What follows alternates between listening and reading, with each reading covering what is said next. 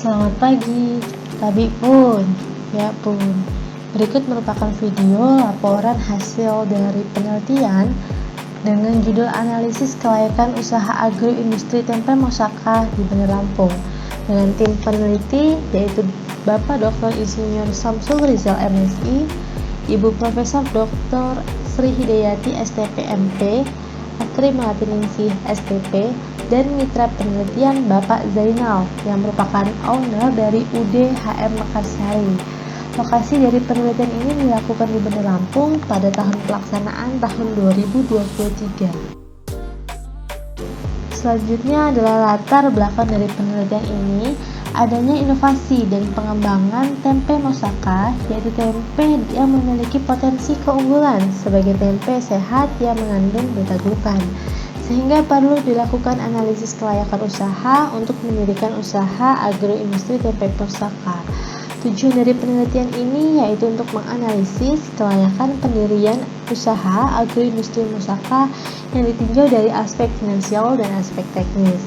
Nilai kebaruan penelitian bahwa usaha agroindustri tempe Moussaka ini merupakan suatu hal yang baru dan belum ada penilaian terhadap kelayakan usahanya dalam penelitian yang secara empiris, sehingga metode yang digunakan merupakan metode analisis deskriptif dengan pengumpulan data primer melalui metode observasi dan wawancara dari prototipe yang telah ditetapkan, yaitu tempe cap mobil. Selanjutnya dari data sekunder diperoleh dari jurnal dan textbook. Dilanjutkan dengan analisis finansial. Hal yang dianalisis merupakan dari laba rugi dan analisis terhadap kelayakan pendiriannya, terdiri dari parameter seperti NPV, IRR, DC ratio, dan payback period.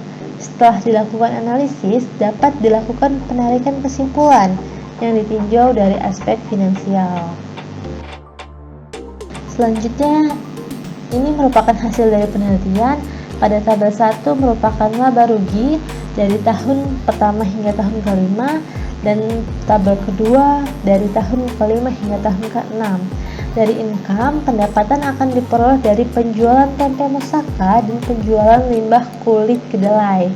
Selanjutnya, outcome terdiri dari biaya bahan mentah, upah tenaga kerja, utilitas, perbaikan dan perawatan, tunjangan kerja, lalu terdapat promosi dan operasional, biaya transportasi, dan biaya penyusutan alat yang menggunakan metode strike light depreciation.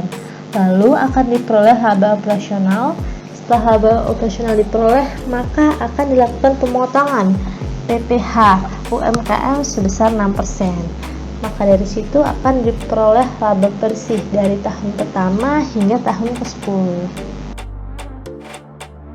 Selanjutnya, ini merupakan analisis finansial yang ditinjau dari beberapa aspek seperti pada net present value, merupakan nilai indikatornya dengan skor yang lebih dari 0 sehingga dapat dikatakan layak.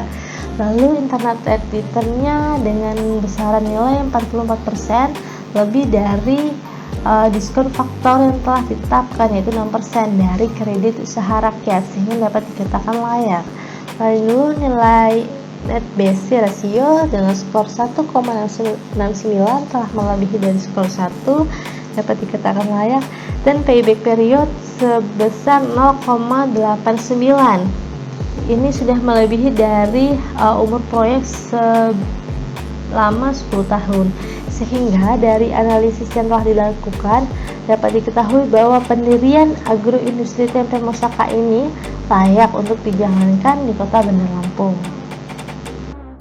Keluaran yang dijanjikan merupakan paper pada Jurnal Nasional Sinta II yang telah accepted to publish pada Jurnal Agroindustri volume 13 nomor 2 tahun 2023. Pada lampiran disajikan foto hasil saat dilakukan brainstorming dan wawancara dan serta pengisian kuesioner oleh dinas terkait, salah satunya adalah Dinas Ketahanan Pangan Kota Bandar Lampung.